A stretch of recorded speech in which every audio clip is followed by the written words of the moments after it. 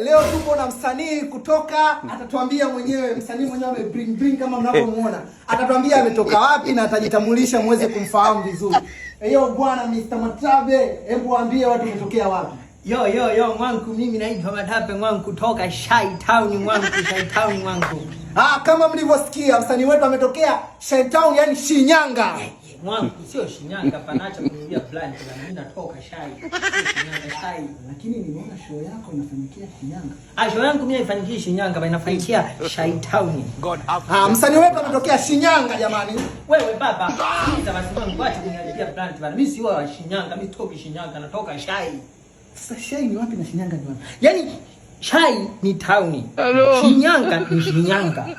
Yaani ukifika tu Shinyanga unajua hapa ni Shinyanga, ila Shai Town ni Shai Town mwangu. Acha kunigia plant dogo jiheshimu sawa. Shinyanga ndio Shai. Shinyanga ni huko bana, Shai ni Shai. Na mimi show yangu naifanya siku ya Christmas. Pale Makindo Hall Shai Town mwangu. Kiingilio kawaida ni 10,000, VIP 30,000, Royal City ni shilingi 1,000. Wewe mwandishi wa habari vipi wewe dogo jiheshimu wa Shinyanga. Mimi ni wa Shai.